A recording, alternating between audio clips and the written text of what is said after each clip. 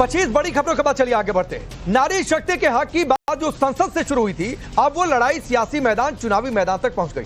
दक्षिण से लेकर पश्चिम तक चुनावी रैलियों में मुख्य मुद्दा यही बनता दिखाई दे रहा है।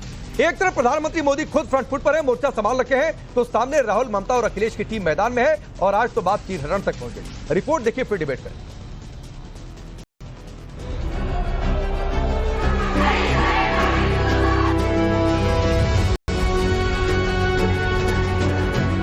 बंगाल की बहनें चाहती थी कि उनको 33% आरक्षण मिले, लेकिन टीएमसी नहीं चाहती थी। ये जनता की जीत है, इसलिए पूरे देश में सालों बाद हर्षोल्लास का वातावरण बना है। इनके पास अपने उस पाप को धोने का एक अवसर। आधी आबादी की लड़ाई अब सियासत के मैदान तक पहुंच गई है। विपक्ष के शोर में संशोधन अधिनियम तो पारित नहीं हुआ, लेकिन चुनावी रैलियों में अब ये मुद्दा बन चुका है। एनडीए गठबंधन को नारी शक्ति विरोधी बताकर बीजेपी लगातार हमले कर रही। कल देश के नाम संबोधन के बाद पीएम मोदी आज बंगाल में ताबड़तोड़ चुनाव प्रचार कर रहे हैं। जहां एक तरफ मोदी बंगाल में ममता के जंगल राज का मुद्दा उठा रहे, तो वहीं महिला आरक्षण के मामले पर फुल एग्रेशन में दिखाई दे रहे हैं। बंगाल की बहनें चाहती थी कि उनको 33% आरक्षण मिले। मोदी ने ये सुनिश्चित किया, लेकिन टीएमसी नहीं चाहती थी कि बंगाल की बेटियां ज्यादा संख्या में एमएलए बने। बीजेपी आरोप लगा रही कि विधानसभा से लेकर संसद में महिलाओं की भागीदारी बढ़ाने वाले बिल के विरोध में पूरा विपक्ष एक साथ खड़ा दिखाई दिया। इतना ही नहीं, मोदी सरकार पर महिलाओं को इस्तेमाल करने और इसे चुनावी स्ट्रेटजी का हिस्सा तक बताया जा रहा है। और भाजपाइयों का CMF फार्मूला, क्रिएट मिसट्रस्ट और फियर, अब पिट चुका है। भाजपाइयों का समाज के बीच भय और अविश्वास पैदा करने का सामाजिक षड्यंत्र और नहीं चलेगा। मोदी जी, आप 543 सीट पर महिलाओं को आरक्षण क्यों नहीं दे देते हैं? क्या आपको यह डर है कि पुरुषों की संख्या कम हो जाएगी? क्या आप पुरुषों को बचाने के लिए महिलाओं के साथ यह सौतेला व्यवहार कर रहे हैं? आप क्यों हमारा हक छीन रहे हैं? बीजेपी आरोप लगा रही कि क्या कांग्रेस, क्या सपा और क्या टीएमसी और क्या डीएमके, हर कोई महिला आरक्षण संशोधन बिल के खिलाफ खड़ा है। सपा मुखिया अखिलेश तो एक कदम आगे दिखाई दे रहे हैं। यूपी में चुनाव भले अगले साल है, लेकिन अखिलेश अभी से आधी आबादी का नाम लेकर अपनी सियासी पिच तैयार करने में जुट गए। सदन में बिल पास नहीं होने पर अखिलेश ने सरकार को इस्तीफे वाली नैतिकता का ज्ञान दे दिया। जवाब देने के लिए मोर्चा संभाला। यूपी के सीएम योगी आदित्यनाथ ने और समाजवादी पार्टी को उनकी सच्चाई याद दिला दी। आज इंडिया की एकजुटता ने साबित कर दिया है कि नैतिक रूप से भाजपा ने सरकार में बने रहने का आधार खो दिया है, क्योंकि संसद में जो सरकार हार जाती है वो बाहर जाती है। ये जनता की जीत है, इसलिए पूरे देश में सालों बाद हर्षोल्लास का वातावरण बना है, क्योंकि जनता को विश्वास हो गया है कि बुरे दिन जाने वाले हैं। उत्तर प्रदेश में समाजवादी पार्टी को आप जब नाम लेते हैं तो यहां तो पहले से ही चर्चा होती है, देख सपाई बिटिया घबराई। यानी स्टेट गेस्ट हाउस कांड, इनके पास अपने उस पाप को धोने का एक अवसर था। जो दृश्य वास्तव में सदन के अंदर इंडी गठबंधन का रहा है, Congress, Samajwadi party, TMC, DMK का रहा है, यह पूरी तरीके से एक बार उस दृश्य की ओर ध्यान आकर्षित करता है जो भरी सभा में द्रौपदी का चीर हरण जैसा दृश्य था। संसद से शुरू हुआ महिला आरक्षण का शोर दक्षिण से लेकर उत्तर प्रदेश और पश्चिम बंगाल तक सुनाई दे रहा। कल पीएम मोदी ने पहले तमिलनाडु की रैली में, फिर देश के नाम संबोधन में महिला आरक्षण के मुद्दे पर विपक्ष को घेरा, तो वहीं आज बंगाल की धरती पर भी आधी आबादी का मुद्दा जोर पकड़ता दिखाई दिया। 23 अप्रैल को बंगाल में पहले चरण की वोटिंग है। उससे पहले पीएम ने ममता सरकार को लेकर बड़ी भविष्यवाणी कर दी। मैं टीएमसी के सभी गुंडों, सभी सिंडिकेट, सभी भ्रष्टाचारियों को एक आखिरी मौका देता हूं। 29 अप्रैल से पहले अपने अपने थाने में आत्मसमर्पण कर लो।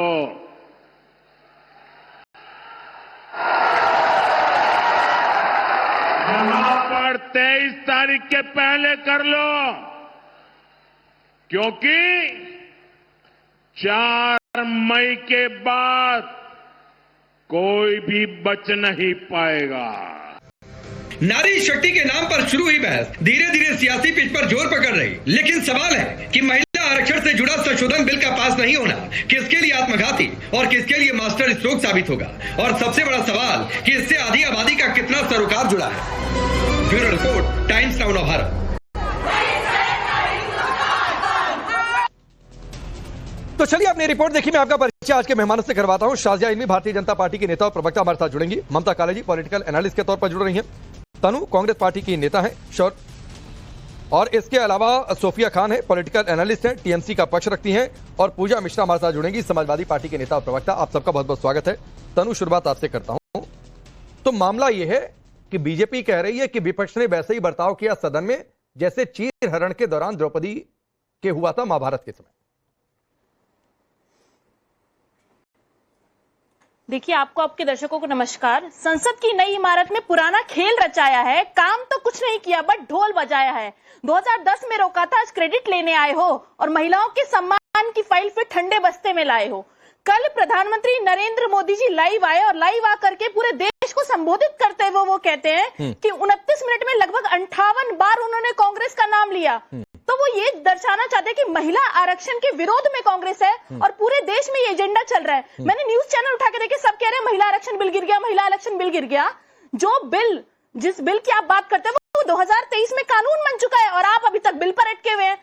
तो जो परिसीमन करने की बात, जो जनगणना करने की बात भारतीय जनता पार्टी कर रही थी, जो इस बिल के पीछे छुप करके जो है सीट बढ़ाने की इनकी नाकाम कोशिश थी, उत्तर से दक्षिण को लड़ाने की नाकाम कोशिश थी, उसको सदन के अंदर विपक्ष ने फेल कर दिया है। इसलिए भारतीय जनता पार्टी और इनके नेता बौखलाए हैं। अब एक एक करके आगे बढ़ते हैं, आपने आखिरी में कहा कि उत्तर और दक्षिण को लड़ाने की लड़ाई थी। जब केसी वेणुगोपाल ने संसद में कहा कि क्या आप 50% की गारंटी देते हैं, अमित शाह ने कहा हाँ 50% की गारंटी देते हैं, आप कहिए 1 घंटे हाउस को एडजर्न कर देते हैं और 1 घंटे बाद मैं लिखित नया संशोधन पेश कर देता हूं, तब सुई पटक सन्नाटा क्यों हो गया था?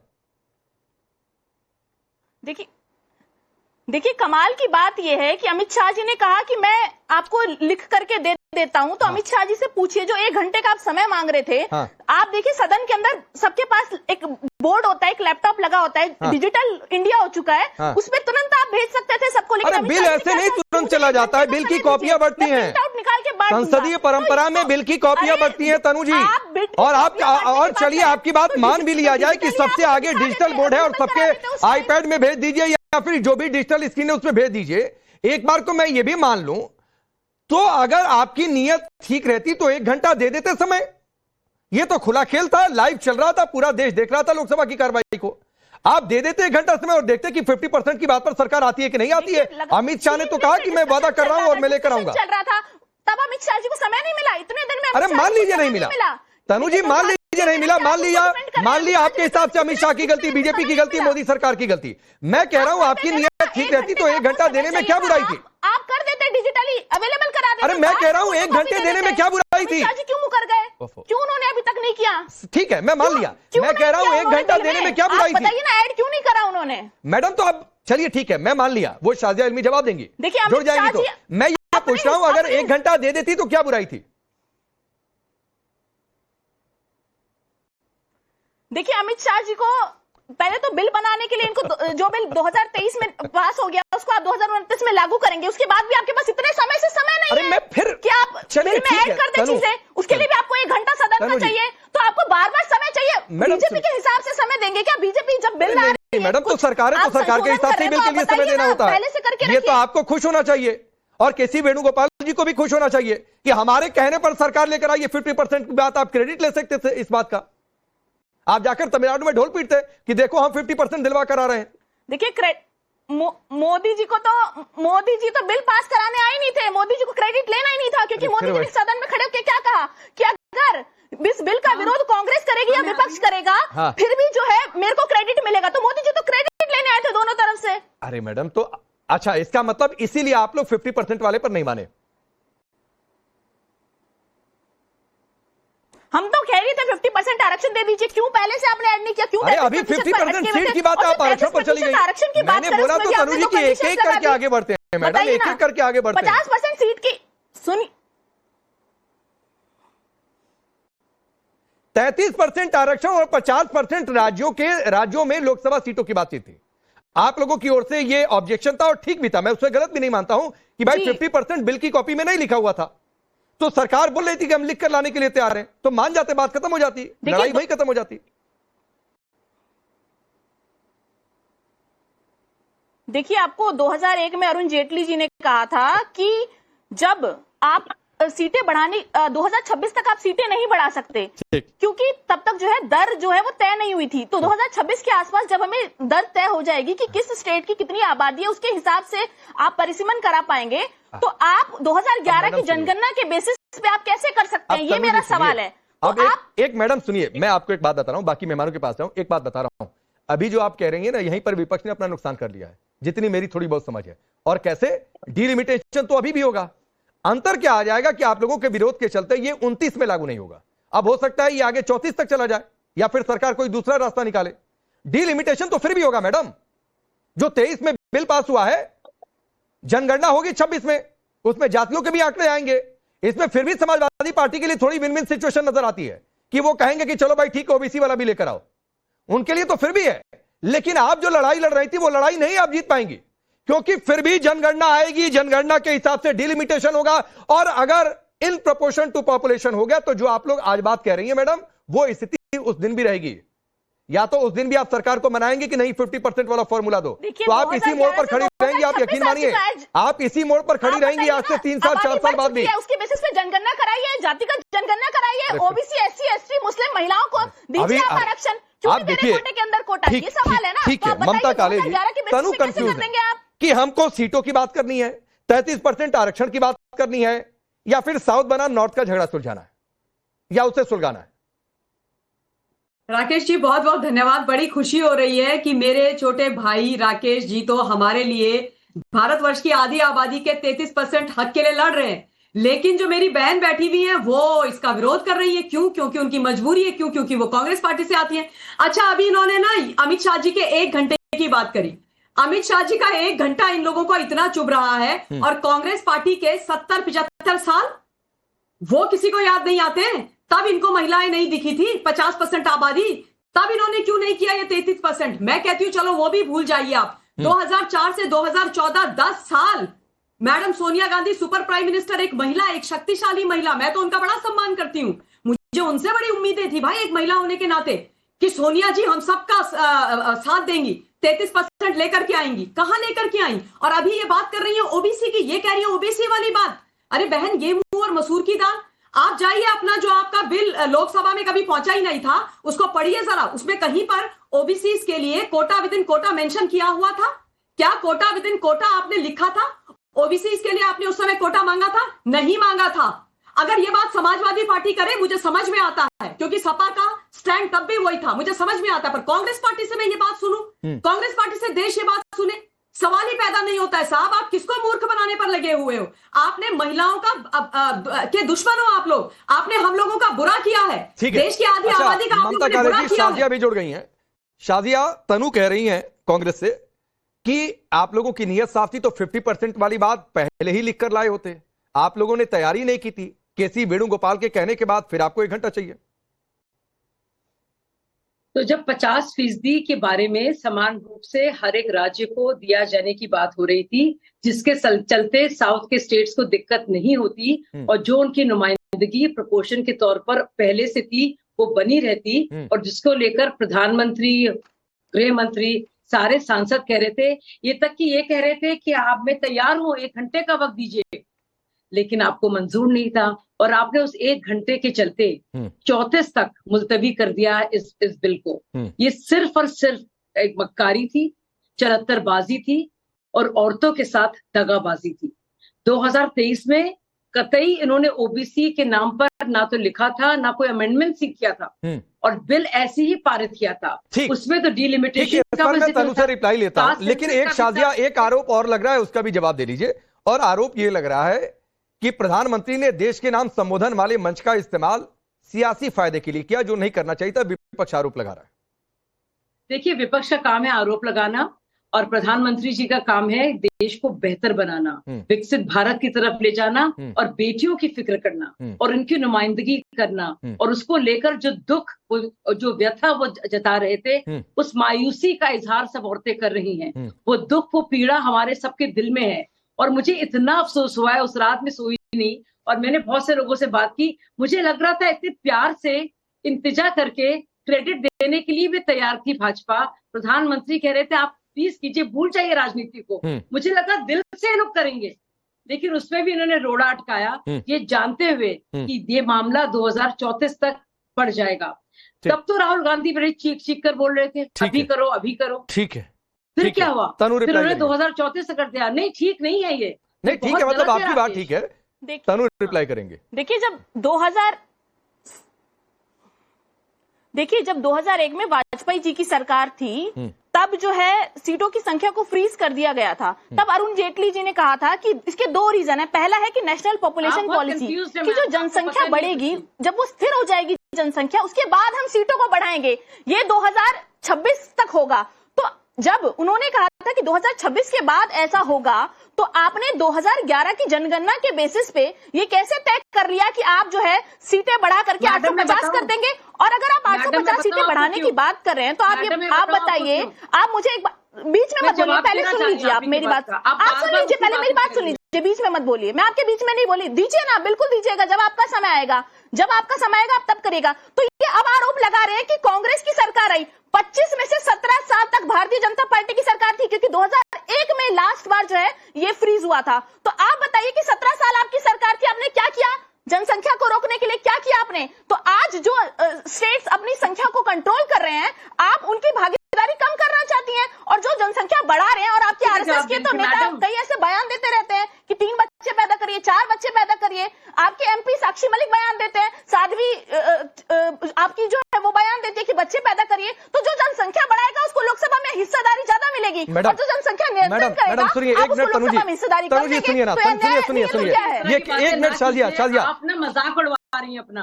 तनु सुनिए, बताऊं, आपके पास कुछ भी जानकारी नहीं है, आप बहुत ही कंफ्यूज हैं दीदी, और आप मजाक उड़वा लिया अपना। सारी बातें मैं आपको तनु सुनिए, बाकी 2 मेहमान अभी बाकी, मैं उनके पास जाऊं। एक बात तनु कहते हुए सुनिए, तनु सुनिए, एक तो कितने बच्चे होने चाहिए, इस पर यह डिबेट नहीं है, पहली बात। दूसरी बात है, अगर आप इनके पक्ष के कुछ लोगों को यह गिनवा रही हैं कि वो 2 बच्चे 3 बच्चे की बात कर रहे हैं, मैं यहां गिनवाने लगूंगा जो ये कहते हैं कि बच्चों की संख्या पर रोक ही नहीं लगनी चाहिए। मैं गिनवाने लगूंगा कि यूसीसी में 4 शादियों पर रोक की बात पर किसको दिक्कत हो जाती है। तो मत ले जाइए उधर डिबेट को, फिर आपके लिए जवाब देना मुश्किल हो जाएगा। और एक और बात, आपको 5 मिनट समय दे देता हूं, थोड़ी तैयारी कर लीजिए, थोड़ा गूगल कर लीजिए। बाकी जब तक मैं पूजा जी और सोफिया जी के पास जाता हूं, कि 2023 का भी जो बिल पास हुआ था मैडम, जिसके हिसाब से 2026 में, कल से यह बात कह रहा हूं कि जिसके हिसाब से 2026 की जनगणना के हिसाब से उसमें भी डिलिमिटेशन होगा। ऐसा नहीं कि परिसीमन वाली लड़ाई आपने आज खत्म कर दी, कि परिसीमन आगे होगा ही नहीं, और फिर इन प्रोपोर्शनेट टू पॉपुलेशन हो तो कितना अंतर आ जाएगा। फिर यही लड़ाई होगी, यही बातचीत होगी कि साउथ को कितना हक मिलना चाहिए, नॉर्थ को कितना मिलना चाहिए। देखिए आप इस पर तैयारी कर लीजिए, मैं आऊंगा मैडम, मैं आपको 5 मिनट। तनु जी सुनिए, मैडम रुक जाइए ना प्लीज। तनु, आपसे मैंने डिबेट की शुरुआत की, अभी तक सबसे ज्यादा आपको समय मिला है, तो प्लीज दूसरे वक्ताओं को बोलने दीजिए। मैंने आपको छोटा सा टास्क दिया है, तब तक मैडम थोड़ी सी तैयारी कर लीजिए कि 2023 में जो बिल पास हुआ था महिला आरक्षण का, उसमें परिसीमन की बात थी या नहीं थी, और उसमें किस आधार पर वो लागू होना था। थोड़ी सी आप तैयारी कर लीजिए, तब तक गूगल कर लीजिए, आपको और ज्यादा बेहतर आपके पास फैक्ट हो जाएंगे। अब मैं आता हूं पूजा मिश्रा आपके पास, और सवाल यह है कि सीएम योगी तो कह रहे हैं कि चीर हरण वाली जैसी स्थिति थी। आप लोगों को इसमें मौका दिखा कि एक बिल क्या गिरा, आपको लगा कि यहीं से सरकार की विदाई हो रही है? राकेश जी, आपको नमस्कार, साथी प्रवक्ताओं को भी नमस्कार। आज की जयंती है, तो जन्म जयंती के आपको, पैनलिस्ट को, पूरे देशवासियों को बहुत बहुत बधाई, शुभकामनाएं। और आप कह रहे हैं कि हमारे माननीय मुख्यमंत्री उत्तर प्रदेश कह रहे हैं कि विपक्ष को यही लगा कि ये विन विन हो जा रहा है। राकेश जी, पहली बात तो ये तय करना पड़ेगा, ये जो बिल आ रखा था, ये बिल वुमेन रिजर्वेशन बिल तो था नहीं, ये तो कॉन्स्टिट्यूशन में अमेंडमेंट बिल था ना। ये बात आपने सही कही। जो ये बात आपने सही कही कि वो जो बिल 2023 में पास हुआ था, उसमें ये क्लोज सरकार ने ऐड किया था कि पहले जो है, ऑब्वियस बात है, जब डिलिमिटेशन को आप ऐड करते हैं, मतलब कि परसीमन को, तो विदाउट सेंसस डिलिमिटेशन हो नहीं सकता, हमारा संविधान अलाउ नहीं करता है। तो जैसे डिलिमिटेशन की बात है वैसे ही सेंसस की बात आ जाती है। तो ये तय बात थी कि 2023 में जो वुमेन रिजर्वेशन बिल पास हो गया था लोअर हाउस में, अपर हाउस में, जिसपे राष्ट्रपति महोदया का साइन हो गया हुआ था, उसका गैजेट नहीं आया था, नोटिफिकेशन नहीं आया था।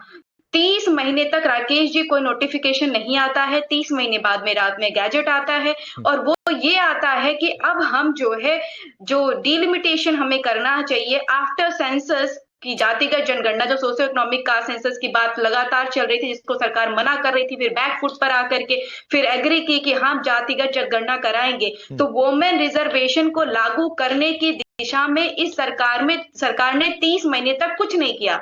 ये बात स्वयं जो है हमारे गृह मंत्री महोदय ने सदन में स्वीकार किया कि उन्होंने अभी तक सिर्फ घरों की गणना चालू की हुई है, ये नहीं किया हुआ है कि वो जातिगत जनगणना की तरफ आगे बढ़े हों। मैडम नहीं, प्लीज थोड़ा सा प्लीज मैडम, मैं नहीं बीच में आना चाह रहा था, थोड़ा सा समझिए।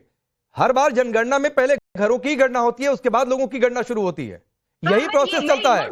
और फिर वही बात है कि घरों की जाति धर्म थोड़ा नहीं गिना जाता है, लोगों का जाति धर्म देखा जाता है। नहीं, पूरा देश समझ रहा है, पूरा देश समझ रहा है कि घर गिने जाते हैं।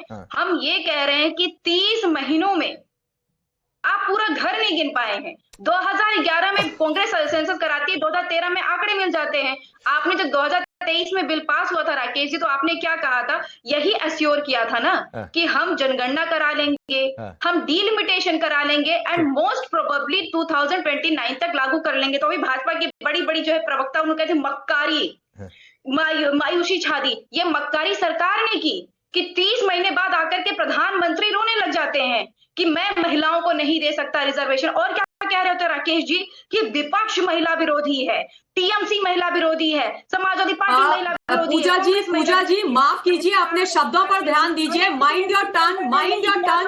आप देश के आदरणीय प्रधानमंत्री जी के बारे में रोने लग जाते हैं, इस प्रकार की शब्दावली मत। ये आपको शायद जानकारी नहीं। तो माननीय प्रधानमंत्री आपके घड़िया में आंसू होते हैं। आप देश के प्रधानमंत्री जी, वो प्रधानमंत्री जी जो नारी सशक्तिकरण के लिए लगे हुए हैं, जिनको आप लोग हराने की कोशिश कर रहे हैं, उनके बारे में ऐसे शब्द मत बोलिए। एक ममता जी, ये शाजिया को कोट कर रही थी, उनके शब्दों को कोट कर रही थी। शाजिया, एक मिनट। पूजा जी, आपने व्यक्तिगत टिप्पणी की तो व्यक्तिगत जवाब लीजिए। शाजिया से फिर मैं सोफिया जी आ रहा हूं। देखिए, आपके यहाँ पे तीन प्रवक्ता हैं। ममता काले तो अपनी बात रख रही हैं, बाकी 3 आपके प्रवक्ता हैं, और मैं रूलिंग पार्टी से हूँ आधिकारिक तौर पर, तो मुझे जवाब देने का मौका दीजिए। मैं दे रहा हूँ। पूजा जी प्लीज। मैडम सुनिए ना, मैडम आपने बात कही, रुक जाइए। अभी आप संविधान लंबी चौड़ी बातें आपने कहीं, रुक जाइए, उसका जवाब दीजिए। चूंकि आपने शाजिया को कोट किया तो शाजिया से रिप्लाई लीजिए, फिर आगे बढ़ता हूँ। जी, पूजा जी ने फिर से बहुत ही चालाकी की और जानबूझ के इस पूरे मामले को कंफ्यूज करने की कोशिश की। दरअसल कास्ट सेंसस, डिलिमिटेशन और विमेन्स रिजर्वेशन ये लिंक्ड है, और ये इसका जिक्र डिलिमिटेशन का भी उसमें है, जो 2023 में इसको पारित किया है। उस टाइम भी मैं दूंगा, 1 मिनट उनको बोलने दीजिए, फिर मैं आऊंगा पूजा आपके पास, प्लीज। समझिए, अपने दिमाग को खोलिए, कानों को खोलिए, पूरे जबान को थोड़ा ब्रेक दीजिए, ताकि आपके बात में थोड़ी अकल समझ आए। तो सुनिए आप पहले गौर से, डिलिमिटेशन उस 23 का बिल पे हिस्सा था। सुनिए पूजा जी, 23 का भी हिस्सा था। अब डिलिमिटेशन के 2-3 तरीके हैं, या 2021 के हिसाब से किया जाए या 2026 के हिसाब से किया जाए, लेकिन उसके चलते साउथ के स्टेट को दिक्कत होती है। नहीं पूजा जी, आपको सुनना पड़ेगा। आप बहुत कंफ्यूज है पूजा जी, आप जानते नहीं आप क्या कह रही है। नहीं, राकेश जी मैं कैसे बात करूँ लगातार। 1 मिनट, मैं आता हूँ। 1 मिनट सुनिए, मैं टाइम डिस्ट्रीब्यूट कर देता हूँ। पूजा जी सुनिए, मैडम सुनिए प्लीज। अगले 30 सेकंड शाजिया के हैं और उसके बाद 30 सेकंड पूजा जी आपके होंगे, और इसके बीच में कोई नहीं आएगा। बोलिए शाजिया।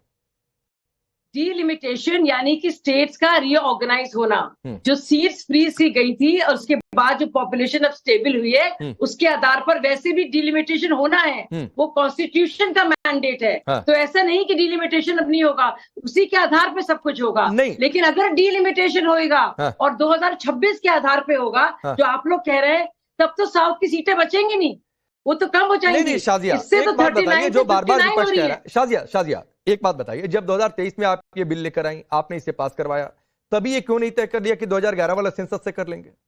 फिर ये लड़ाई मैं आपको बताती हूँ, क्योंकि इसको जल्द से जल्द करना था, इसको लेकर सब लोग बात कर रहे थे। तो मैडम जल्द से जल्द तो होता ना कि 2011 वाला, जब तक अगला सेंसस को जब होता तब होता, पिछला सेंसस उसी दिन उठा ली होती, उसमें और भी देर होती।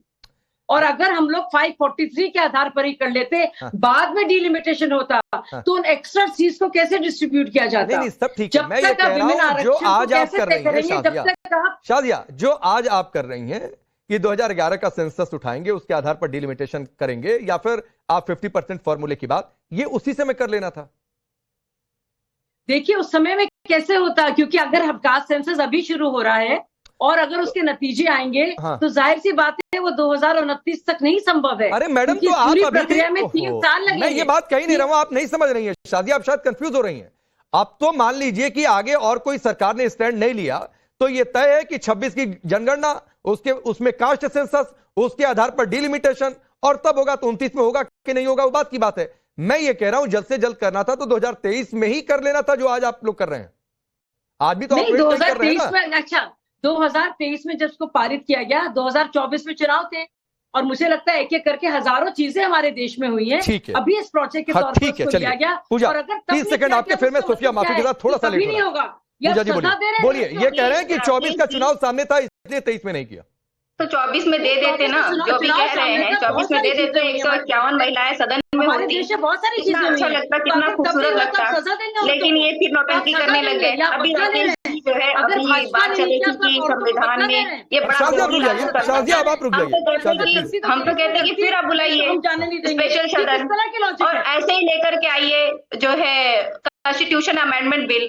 जिस तरीके से आप जो है परसीमन को जनगणना से विरक्त कर रहे थे, उसी तरीके से रिजर्वेशन बिल को परसीमन से विरक्त कर दीजिए, लागू कर दीजिए। आप थोड़ा सा जो है प्रेशर डालिए, थोड़ा झुकिए, घुटनों से अपने दिमाग को उठाइए, उसके सही जगह पे रखिए, तब आपको समझ में आएगा कि क्या बात की जा रही है। अच्छा चलिए सोफिया, ठीक है पूजा जी, आप लोग बहुत कंफ्यूज हो गए हैं परिसीमन को लेकर, जनगणना को लेकर, कोई इधर कोई उधर, बहुत आप लोग कंफ्यूज हो रहे हैं। थोड़ा सा और क्लैरिटी लाइए, थोड़ा सा और क्लैरिटी प्लीज, आप लोग बहुत कंफ्यूज हो रहे हैं। ठीक है सोफिया, एक तो पश्चिम बंगाल में अब माहौल बदल गया है और जाहिर सी बात है ये चुनावी मैदान तक मुद्दा पहुंच गया है और सामने महिला मुख्यमंत्री हैं, तो ये चुनावी लड़ाई भारी न पड़ जाए।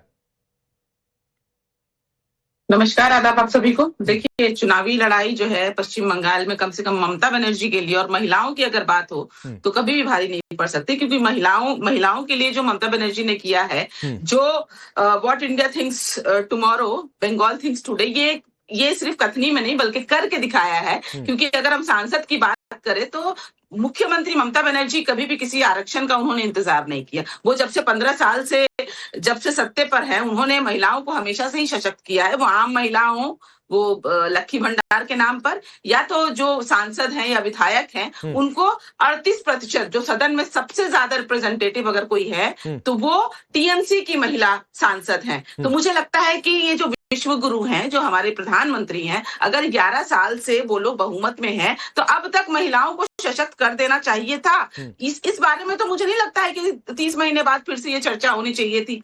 30 महीने पहले ये बात हुई, बिल पारित हुआ, बिल पास हुआ, सारी चीजें हो गई। और अभी मैं शाजिया इल्मी जी को सुन रही थी बड़े ध्यान से, वो कह रही थी कि और भी कई सारे काम हैं। मतलब इन्होंने ये कबूल कर लिया कि महिलाओं वाला काम जो है वो बहुत ज्यादा इंपॉर्टेंट नहीं है। ये इन्होंने अभी कहा कि बहुत से काम होते हैं, बहुत से मुद्दे होते हैं, तो 30 महीना काफी नहीं था। महिला बिल नहीं बोला, आपके बीच में मैंने नहीं बोला, आपके बीच में मैंने नहीं बोला। शाजिया मैं आपको समय दूंगा, सबसे आखिर में गया सोफिया के पास।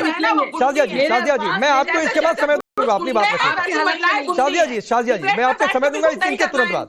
सोफिया के बाद सबसे आखिर में गया तो थोड़ा सा अनइंटरप्टेड समय उनको मिले ताकि उनकी बात बोलिए।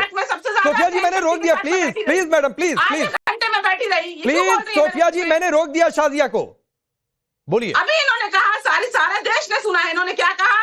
आपने जब पूछा कि इतने 2023 में क्यों नहीं किया तो इन्होंने क्या कहा, इन्होंने कहा कि अभी और भी सारे मुद्दे थे और अभी अचानक से बंगाल में चुनाव है तो आपको जो है अचानक से याद आता है। ठीक है 2029 में तो बहुत समय था, थोड़ा इंतजार कर लेते, परिसीमन कर लेते, तब ये बिल को जो है अनाउंस करते। लेकिन आप लोगों को तो महिलाओं के कंधे के ऊपर छुपने की आदत है। विश्व गुरु जी जो है ना, उनकी बड़ी बड़ी बातें देखिए। मैंने क्या कहा, अगर आपने पश्चिम बंगाल की बात की है तो महिलाओं के साथ खुद एक सशक्त लड़ाकू नेत्री मुख्यमंत्री सुनिए, मुख्यमंत्री एक सेकंड और दीजिए शाजिया, मुख्यमंत्री ममता बनर्जी 90 के दशक की लड़ाकू नेत्री हैं, जिनको हराने के लिए ईडी, चुनाव आयोग से लेकर जितनी भी केंद्रीय एजेंसियां हैं सब पीछे पड़ गई हैं। तब ये महिलाएं जो है वो सशक्त नहीं खेलती। ठीक है मैं एक बात कहते हुए शाजिया रिप्लाई करेंगे। सोफिया जी एक बात कहते हुए,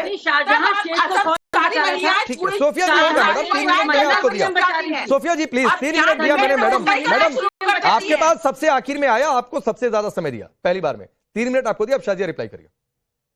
अच्छा, तो 2-3 बहन ने हमारी बातें की हैं। सबसे पहले तो उन्होंने कहा कि आपने तब क्यों नहीं किया, तो मैं ये कह रही हूँ अगर तब नहीं हुआ तो क्या कभी नहीं होगा। अगर 23 के बाद 24 था और लगातार कोई ना कोई प्रोजेक्ट रहे हैं, ये तो हमने स्पेशल सेशन बनाया इसके लिए और आप लोग उसमें भी नहीं आना चाह रहे थे। आपको लगता नहीं देश की औरतें डिजर्व करती है एक स्पेशल सेशन हो, इसकी बात हो, और क्योंकि मामला और डिले ना हो इसलिए बाकायदा डीलिमिटेशन 2021 के सेंसस से करने की कोशिश कर रहे थे ताकि ऑलरेडी बड़ी हमारे पास संसद हो, ये काम शुरू हो जाए। आप भी जानती हैं और मैं भी जानती हूँ कि परिसीमन, कास्ट सेंसस और उसके बाद आरक्षण की बात में 2029 से ज्यादा वक्त लगता। पहले तो बड़े गला फाड़ फाड़ के आप लोग कह रहे थे अभी करो अभी करो, अब क्या हो रहा है क्योंकि डिले हुआ है 2 साल, तो कभी ना करो। नहीं मुझे बोलने दीजिए, मैं खत्म कर लूं अपनी बात को। देखिए मुझे डिफेंड करना है अपने दिल को। Sophia please madam please 30 second और शाजिया आपको, फिर मैं तनु आपके पास आ रहा हूँ please. Sophia ji please madam please, पहले तय हो गया था कि आप बोलेंगी उसके बाद शाजिया बोलेंगी, तो आप उनके समय में बोलेंगी, फिर वो कहेंगी कि हमको समय नहीं मिला, तो रुक जाइए मैडम प्लीज। बोलिए शाजिया। आप ही का जवाब मैं दे रही हूँ। हाँ ठीक है, तो आप बताइए, आप बात कर रही थी पश्चिम बंगाल में क्या हो रहा है। शाहजहां शेख को कौन बचा रहा था, संजय को कौन बचा रहा था, कौन बचा रहा था, ममता भी बचा रही थी। वो जो जितने भी करप्ट लोग हैं जिनका नाम आईपैक में है उनको कौन बचा रहा था। तो सुन लीजिए, नहीं सुनिए मैडम सुनिए, आप जो वोट नहीं करेगा भाजपा को उसका बलात्कार करेंगे, उसके परिवार की औरतों का बलात्कार होगा, ये होगा। अब चलिए ठीक है, मैं आगे बढ़ता हूँ, घर में जाकर मैं आगे बढ़ता हूँ। प्लीज सुनिए 1 मिनट मैं आगे बढ़ता हूँ और ये कहते हुए आगे बढ़ता हूँ कि कोई यहाँ पर बैठकर मणिपुर खेलेगा और कोई यहाँ पर बैठकर संदेश खाली खेलेगा, और अगर इसी तरीके का खेल होगा तो देश की जनता समझेगी कौन महिलाओं का असली हितैषी है। आप लोग सिर्फ वोट की बात कर रहे हैं, तो रुक जाइए। अब तनु जी आ रहा हूँ, 1 मिनट प्लीज। सोफिया जी हो गया, मैडम हो गया। अच्छा ममता काले कुछ कहना चाह रही है, इशारा कर रही है। 30 सेकंड ममता जी, फिर मैं तनु आपके पास आ रहा हूँ।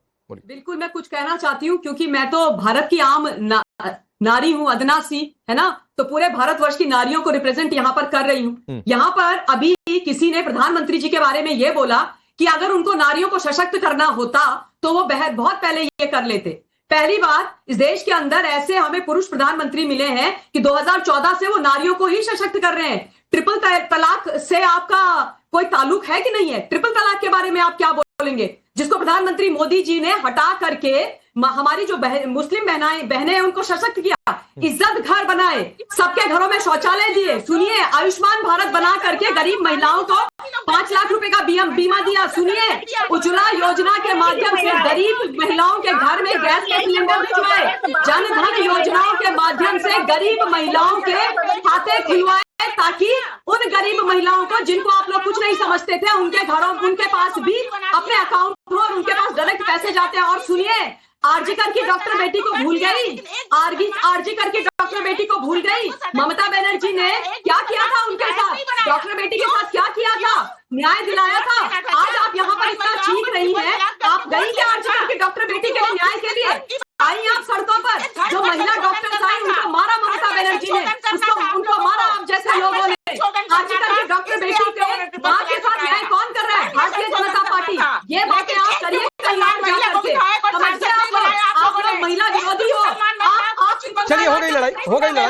हो गई। ममता जी प्लीज होल्ड ऑन। और आप भी सोफिया जी शांत रहिए। आप तनु 1 मिनट रुक जाइए। तनु जी 1 मिनट रुक जाइए प्लीज। नहीं कहना पड़े मुझे छोड़कर बाकी सारी महिलाएं मुझे आवाज तेज करके कहना पड़े कि आप लोग शांत हो जाइए, मत ये नौबत आने दीजिए मैडम, प्लीज हाथ जोड़कर कह रहा हूं। ठीक है तनु जी, अब जो सवाल मैंने आपसे पूछा था उसको एक नए तरीके से पूछता हूं जी कि इस पूरी प्रक्रिया में आप लोगों ने शायद, अगर सरकार कोई नया स्टैंड लेकर नहीं आती है, तो 2029 से आगे बढ़ाने के अलावा क्या हासिल किया?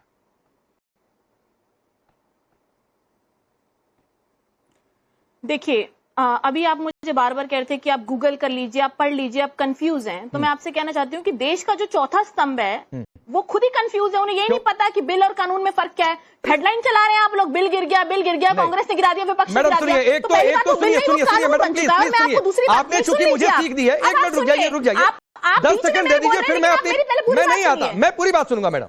लेकिन आप अगर आप पर यहां पर चैनल पर बैठकर चैनल पर सवाल उठाएंगी, हम हमेशा ये लिख रहे हैं महिला आरक्षण से जुड़ा बिल। अब सरकार से जाकर पूछिए कि क्यों इसको महिला आरक्षण से जुड़ा। यहां पर आकर बैठकर ज्ञान मत दीजिए। हम यही लिख रहे हैं कि महिला आरक्षण से जुड़ा बिल गिरा है। हाँ, तो आप भी बताइए कि विपक्ष और यही सवाल मैं बार-बार पूछ रहा हूं। आपका काम पत्रकारिता करना है, पत्रकारिता मत सिखाइए मैडम। पत्रकारिता यही है, यही फैक्ट है कि महिला आरक्षण से जुड़ा बिल गिरा है। महिला आरक्षण से जुड़ा बिल गिरा है। जाकर सरकार से पूछिए कि इसे महिला आरक्षण से क्यों जुड़ा, और सरकार से जवाब मांगिए मैडम।